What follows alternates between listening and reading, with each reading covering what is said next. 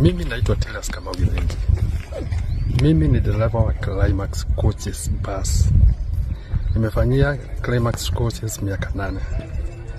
Na ile ilitokea usiku ya leo, ilitokea accident mbali ya basi yangu na Mercedes. Mercedes ilikuwa inatoka kwa mafuta petrol station. Na mimi natoka Nairobi nikienda Busia. Mercedes wakati aliingia kwa hakugifwe, aliingia kwa mafuta kwa barabara na akaona upande yake gari zimeweka jam. Akaamua kuja penye niko. Tukakutana kichwa na kichwa na yeye. Gari ndogo ilikuwa na mtu mmoja.